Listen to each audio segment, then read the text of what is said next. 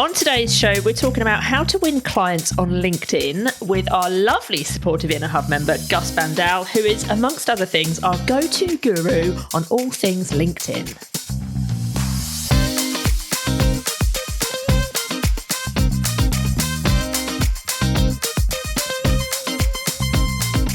Welcome to JFDI with the two Lauras. Before we get started, we want to mention our fantastic sponsors at Agora Pulse, our go-to scheduler, social listening tool and report creator, all rolled into one glorious product. If you're looking for the best tool to help you with your social media marketing, you should definitely check them out. We'll pop a link in the show notes. So we make no secrets about how our relationship with LinkedIn has been pretty turbulent over the years. If we were to use a Facebook relationship status option, it would definitely be classed as complicated. So we want to bring in the most enthusiastic LinkedIn guru we know to fight LinkedIn's corner. Now, although we both have strong opinions on the platform and various reasons for those, we cannot deny that for some freelance marketers, it really is the place to build their personal brand and generate leads. Welcome to the show, Gus. It's lovely to have you with us. Lovely to be here. Thanks for asking me. That's all right. So we're going to talk all about LinkedIn, obviously. But before we get into it, tell us why you love LinkedIn so much and what it is you actually do on there for anyone who might have been hiding under a rock and has never come across you on LinkedIn before. I'm sure there's very few of those people. But yeah, let us know a bit more about you. Yeah, well, quite frankly, I use LinkedIn to become world famous, as you just alluded to. But essentially, I run a digital marketing agency. I help businesses particularly to grow their LinkedIn presence and grow their visibility, grow inbound leads, etc. So that's what I help, with quite frankly, business owners do on there. And I hopefully do that for myself as well. Awesome. But why LinkedIn? The main reason for LinkedIn is that it's the world's greatest platform. So I think that's the key here. But LinkedIn is, obviously we know it's a business professional platform. It's been around for years. It started in 2002, so well over 20 years. And it's just full of people wanting to talk about work. So we can, as much as I love other platforms, LinkedIn is the place where people are talking about work, having conversations, getting to know each other, building relationships, etc. As a listener of this podcast, you will probably know that Laura and I are not massive LinkedIn fans. We have our moments, don't we? Like I did 30 days consecutively on LinkedIn last year, which I have to say I did really enjoy. But we really have these kind of ups and downs with our relationship with it, don't we, Nora? Very much so. Well, I'm very much more of a constant down with LinkedIn. I do recognise some of the benefits of it.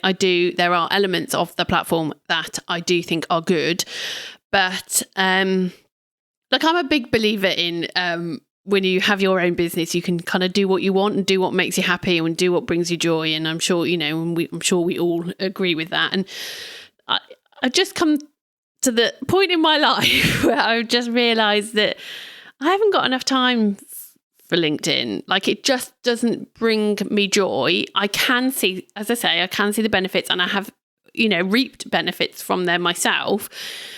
It's just not a platform that I enjoy spending time on. So when I go on there, it's very much go on there to do whatever I need to do. And then I come off it, which isn't the right way to tackle any platform. And I've spent a long time trying to figure out what it is about that platform that I don't like. But I think more importantly, I've just come to the realization that if something doesn't make me happy, I'm just not going to go on there. Which sounds like a stupidly obvious thing to say, but... No, it's completely understandable. It kind of leads me to a question. Is there anything you can say on this podcast that will make Laura change her mind about LinkedIn?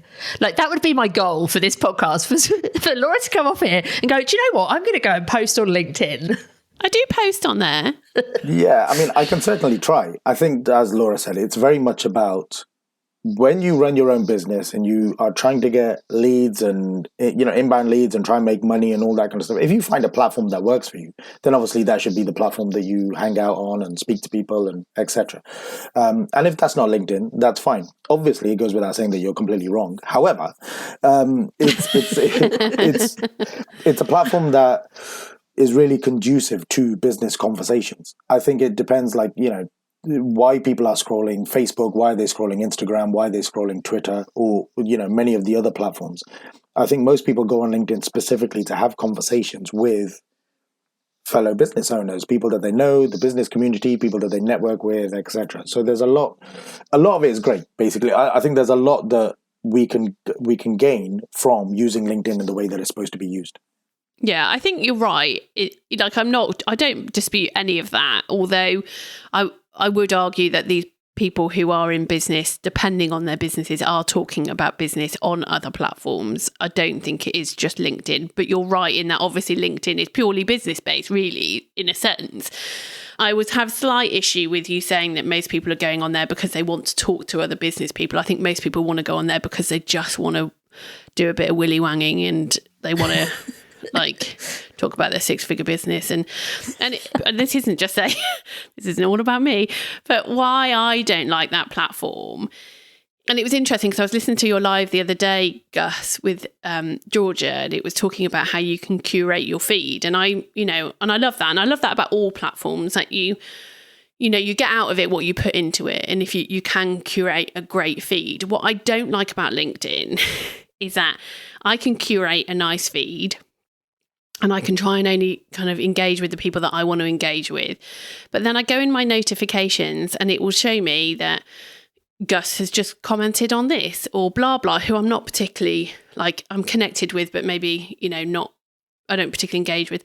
Their post is getting loads of, I can't remember the terminology, loads of response. And I'm a curious person. And it just takes me down these rabbit holes, and I don't want to go down those rabbit holes. And I don't want to see who all the thousands of Laura Moore's commented on this, because it just takes me down these paths. And there'll be lots of people listening. Well, but that's brilliant opportunity. You get to meet new people. You get to build your network. I totally get that there are the benefits of that. But I think, for example, I love Instagram, and I think the reason I love Instagram is because it's very much curated to me, and I'm not distracted by what other people are doing. I'm just doing what I want to do, for example. Whereas in LinkedIn, I can just get very easily distracted by what other people are doing, how other people are engaging, who other people are engaging with. And I just find that personally, maybe I just find it overwhelming. And 9 times out of 10, I end up in places on LinkedIn that I really don't want to get in, and I get angry, I get cross. There's too many opinions on there. That's my kind of main issue with the platform. But I do recognise that certainly for freelance social media managers, especially B2B, I think, as in they want to work in the B2B field, I think LinkedIn is a brilliant platform. But I think my issue is no one should have to do anything they don't want to do, which I'm sure you agree with. So on that note then, Gus, with Laura getting distracted all that time, how do you manage your time on LinkedIn and not get taken down all of those rabbit holes? So for me, particularly to be efficient on LinkedIn, it's very much curating, your own feed. So as social media managers, we know that no matter what platform you're on, if you are seeing stuff that you don't like, the only person that can control that is you. You control your feed. Follow the right people, connect to the right people, engage with the right people, etc. However, I understand, Laura. But how do I deal with my notifications? There are some notifications that you can switch off. You literally go to your security settings and kind of, you switch those notifications off, like whether it be birthdays or celebrations or 1-year anniversaries and all that kind of stuff. But the whole idea of LinkedIn is that you get out of an echo chamber. You don't just follow or talk to the people that you're connected to, because then you'll never meet new people or connect to new people or hear new opinions and all that kind of stuff. So really, with the greatest respect, it's probably down to a kind of a mindset shift of not move, trying to move away from falling into that rabbit hole of notifications. Because this is why TikTok blew up, right? Because quite frankly, I think it's 95 minutes a day people scroll TikTok, but all the videos are like 10 seconds long. That's a lot of videos. And it's because we get stuck in the rabbit hole of scrolling. The same happens with Instagram Reels. And quite frankly, if you start on Twitter conversations, you could be scrolling for days and days. So I think apart from anything, as social media managers, we should be a lot more efficient in our time. So the way I manage my time on LinkedIn is particularly, I give myself time limits. So it's kind of like, 15 minutes in the morning, 15 minutes in the afternoon or evening or whatever. But I only ever post on days that I'm free, which sounds like a strange thing to say. But basically, if I know I've got a busy day, I don't post because the algorithm relies on you relying to people, engaging with people, talking to other people, etc. So if I know I'm busy, I just don't bother. Basically, I limit my time on the platform, and I think it's really easy to get stuck into a rabbit hole. But you should curate a feed of people that you want to talk to.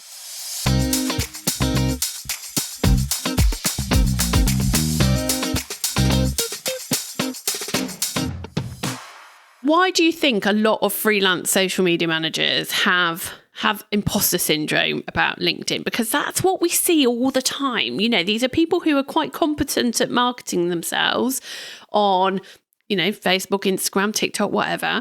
But when it comes to LinkedIn, there is a mindset shift people seem to make. But why do you think that's even there?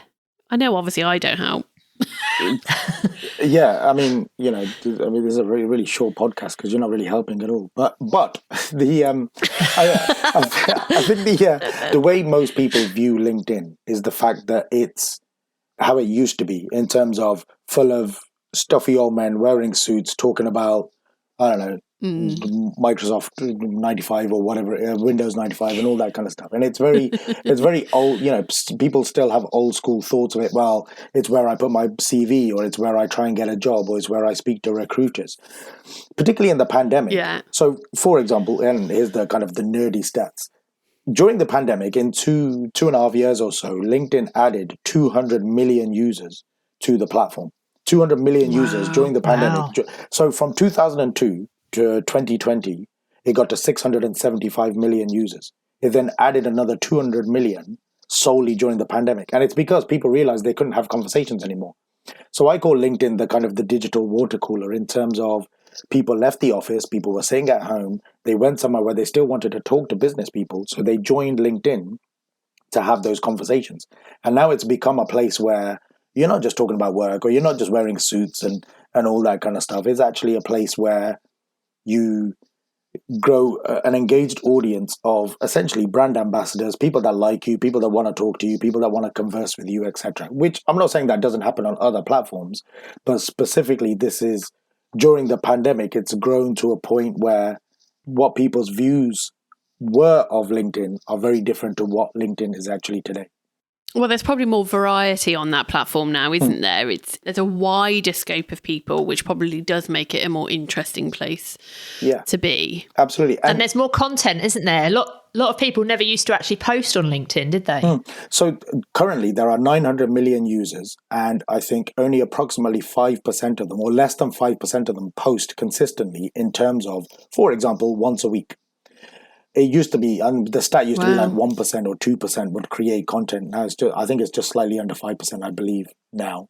So there's still a lot of people that don't create content, but what people are doing are scrolling more. So there's more scrollers, there's more lurkers, there's more people that are reading content and moving on, etc. So by creating regular, consistent That's content, me. yeah, well, and that's lots of people do it, and now that people are on the platform, if you're the one creating content, you're going to stand head and shoulders above most other people on LinkedIn. So yeah, I think it's a case of being there and using it how the platform should be used. So in terms of freelance social media managers then, what tips have you got for them to kind of get out of that imposter syndrome mindset and actually start posting, but also to be able to actually get some results on LinkedIn? Like, rather than just putting a post out for the sake of it, hopefully they all know they shouldn't be doing that anyway. But what are some really good tips for just specifically that work on LinkedIn? The first thing is optimize your profile. So it says things. Your LinkedIn profile still falls into keyword searches, basically. So it is, and I know you kind of you talk a lot about kind of social media SEO, etc. So it's all about saying the right things on your profile so people can find you. So the right people find you. It's still, it's still used for search. That's kind of the first thing. The second thing is, it's the only place that you can really curate an audience. You can curate an audience anywhere, but on LinkedIn, you specifically search by job title or by location, like pharmacists in Farnborough or university chancellors in Uxbridge or goat herders in Grimsby, whatever it may be. You're searching for particular niches, particular companies, particular business owners in a location, and then connecting to them, and then creating content that they want to read. Because what you've then done is create an echo chamber of your ideal client. And quite frankly, if you're creating enough content and you're connected to the right people, there's no way they can get away from you. Everywhere else, you're relying on people to follow you, or you're using tactics such as follow them first and hopefully they follow you, etc. Whereas on LinkedIn, you're specifically outreaching to the people that are your exact niche that should be buying your stuff.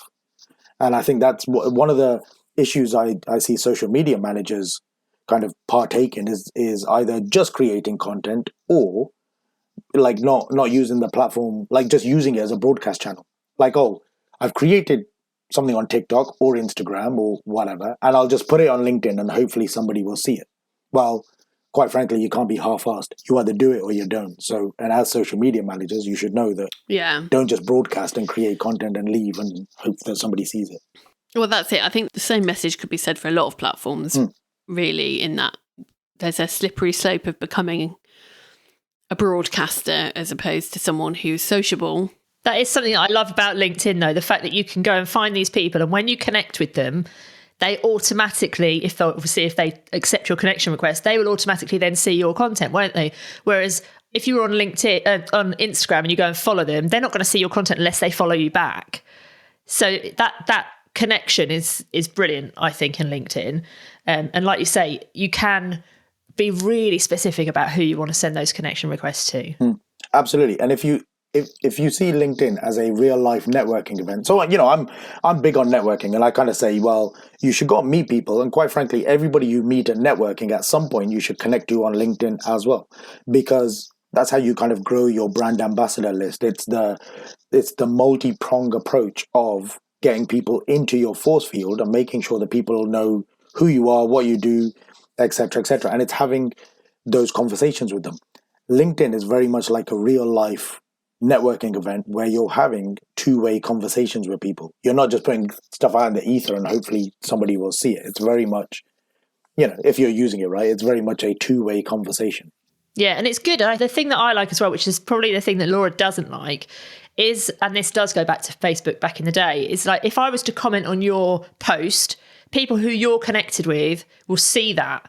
And they can then make their own judgment as to whether or not they should connect with me. But they will see my comments in your post, but they will also see if you comment on my stuff, they will then see my stuff in their feed. Whereas you don't get that anywhere else anymore, do you? If I was to comment on your post on Instagram, my followers are not going to see that.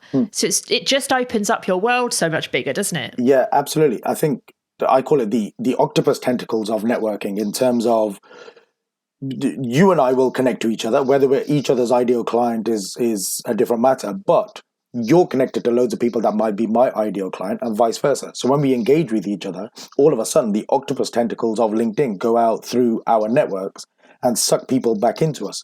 Because even though you might not be my ideal client, you'll know somebody that is, and vice versa. And I think that's one of the beauties of LinkedIn, in that your content stretches much further. And this is one of the things, we can talk about going viral on Instagram Reels, or, the TikTok viral button that was recently announced and all that kind of stuff.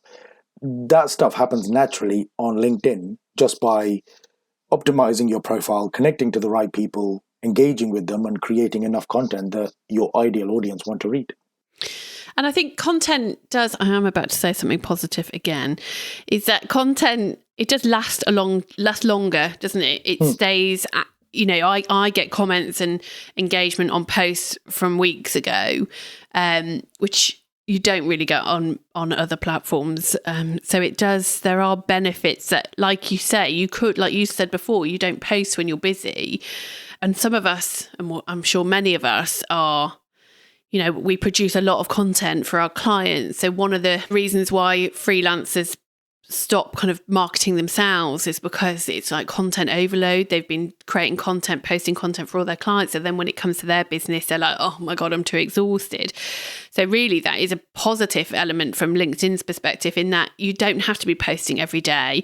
And also you don't have to be stuck in Canva for hours trying to create pretty pictures. And that's, that is one of the draws to LinkedIn and Facebook for me, is that's possibly why I've always preferred Facebook, was because you don't have to have that aesthetic element to it. You can just post your words, So for freelancers who are struggling with time and kind of that overwhelm of needing to create content, and by creating it, I mean the visuals that go with it in Canva, LinkedIn can be not an easy option, but it's definitely an option that it's more attractive to probably someone who's time poor. Yeah, absolutely. I absolutely agree. Mini rant coming up, and I know you guys kind of agree with me on this, in that it's really lame when social media managers say, I'm so busy for my clients, I don't have time to create content for myself. And you just think, that's just weird. That's the lamest excuse for not getting out there on your own socials. Like, how did you get those clients? How did you speak to people? Where are you going to get word of mouth referrals from? If you weren't creating content on LinkedIn, but you have a presence, and people turn up and they see you don't have a banner, your profile picture is you in Ibiza in 2008, or your headline just says, I work in social or whatever, and it's just, or the last piece of content you created was 2 years ago, or your last testimonial is from 2014. How's anybody going to think that you do a good job? Because if you can't do it for yourself, why should you? What makes you good enough to do it for somebody else? So I believe, particularly on LinkedIn, it's very easy to make LinkedIn your shop window, because people see. They read your about section, they read your headline, they see your featured section, they can see all of your activity in terms of everything you've liked, everything you've posted. Your GCSEs. Your GCSEs, absolutely. Your GCSEs, your A levels, or, whatever, or O levels for the older kind of crowd. Obviously, we're all very young here. But then your testimonials and your skills and your endorsements, it's all over your site. And if you start doing LinkedIn newsletters or audio events or writing articles, etc., then they're all Googleable as well. So your LinkedIn profile gets found in search. And when social media managers say, I don't really like LinkedIn, or my feed is terrible, it's full of idiots, or, etc., then the only person that can control that is you, nobody else. And I think that's what social media managers need to do to make it their ideal shop window. And like you say, Laura D, you don't have to create daily content. You don't have to create a beautiful aesthetic. It could literally be, what am I doing today? I always recommend to social media managers, you should start journaling your life on there. Like every Friday, just write a post. This week I've done this.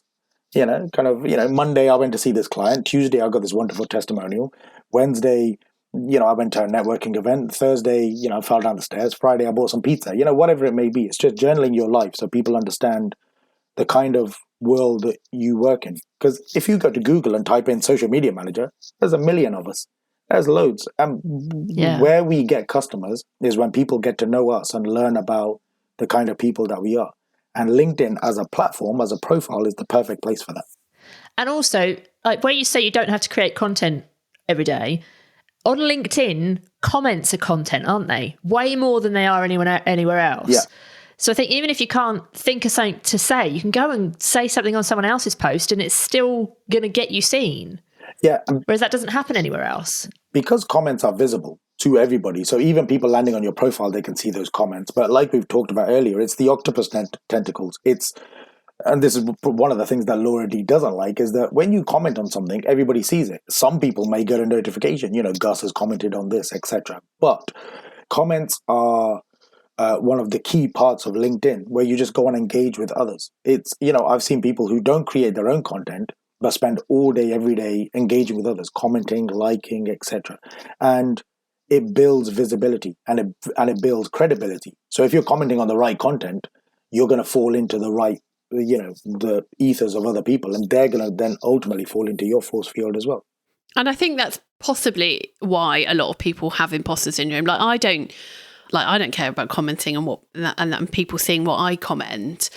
It's more that what I'm seeing in my feed from everybody else commenting. But I think a lot of people are nervous about that. They, if they've got imposter syndrome, the last thing they're going to want to do is comment on something that they feel like everyone's going to see and have an opinion on, or maybe, like I've got into loads of arguments on LinkedIn where someone who I don't know from Adam has come along and obviously seen that I've commented and have come in and had their opinion, and that's fine. Like I love a bit of, argy-bargy, but I think that can put a lot of people off. I think people are worried about other people seeing what they're saying, having an opinion what they're saying, maybe questioning their theory or their opinion. And I think that can sometimes really put people off, which is a shame. It's absolutely a shame. Yeah. And I think, imposter syndrome, I think that's, quite frankly, it's a whole other podcast, but particularly on LinkedIn, we have to stop thinking like that it used to be Clubhouse. People talk to me about Clubhouse and they say, well, it's just full of people talking about how rich they are and 6- and 7-figure businesses. And it's like, well, how did you hear about those people? And it's like, well, I went and sat in their room. And it's like, well, why would you do that? Like, just don't go. If you don't want to go argue with somebody, or you don't want to talk to somebody, if you don't like what somebody is saying, just don't talk to that person. Go and talk to somebody else. LinkedIn has got 900 million people on it. And it's basically, you're bound to find some content that you like. Now, I appreciate that sometimes you want to, it's human nature to put your opinion across. And if somebody says something that's really against what you believe, then obviously you will have that conversation. But it's only ever going to go so far.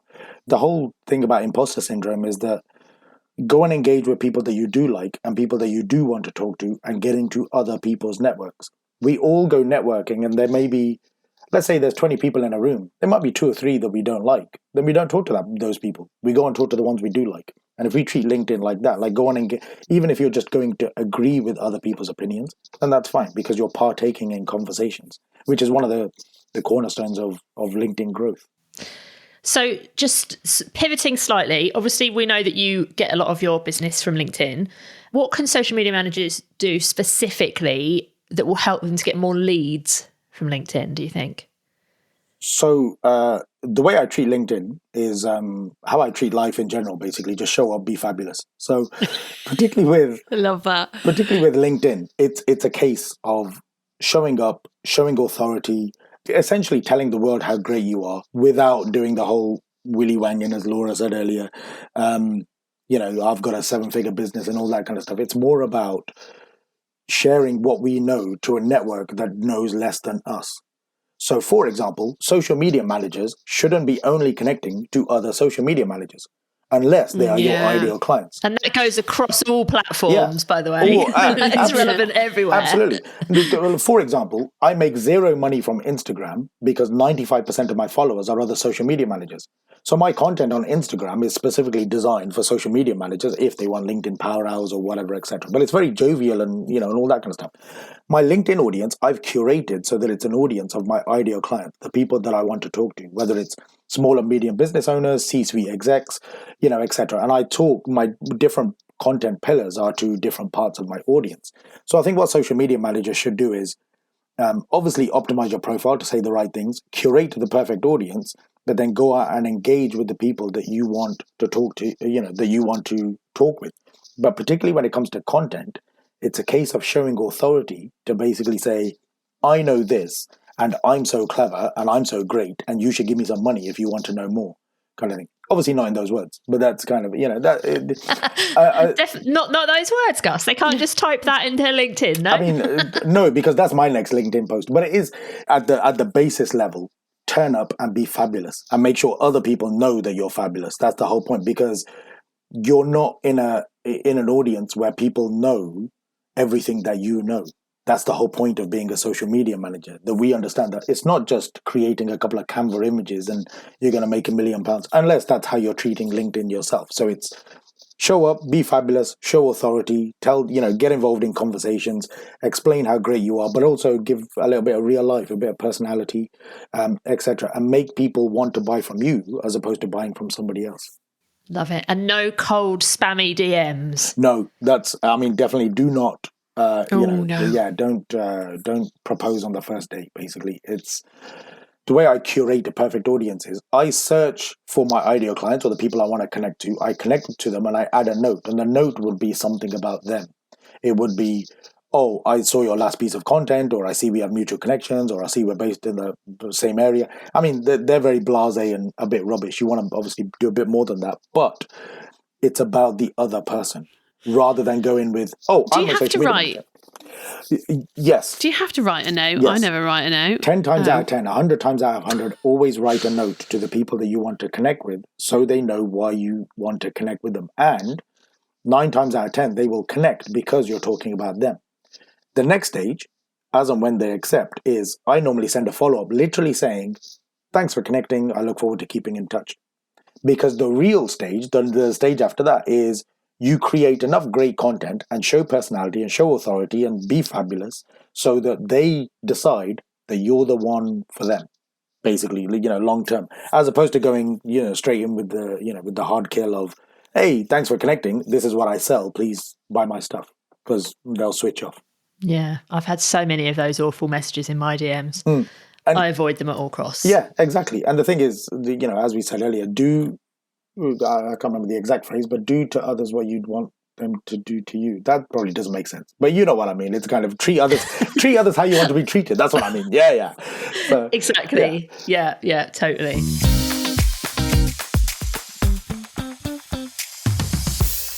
As social media managers, we sometimes feel like we should be everywhere. Like we can be on LinkedIn, Instagram, Twitter, Facebook, TikTok, Pinterest, Snapchat, etc., and they go on. And now we've got Mastodon and Post and Doyan and all these other kind of platforms, and we think we should be everywhere. However, as social media managers, you don't have to be. One of the things about LinkedIn is that for social media managers, it's a great place to get clients, because there's 900 million people on there who, in theory, are there to talk to other business owners. And I know it happens on other platforms as well, but this is specifically where you can have two-way conversations with your ideal clients. And it's really easy. Like my LinkedIn 4-step strategy is basically optimize your profile, curate the perfect audience, create great content, and go and engage with the people that you're connected to. And it's really simple. And actually, on that last note, when you connect to people, you can click their bell. You now get the bell function on LinkedIn. So that if you are connected to somebody or if you're following them, you click the bell, which means that you get notified of their content on a regular basis. Now, quite frankly, if they're your ideal client, you should click their bell. Every time they post, you engage with it. Quite frankly, eventually, they kind of think, this guy's in my face so much that I'm going to have to give him some money to get rid of him. That's how I get clients on LinkedIn, to be honest.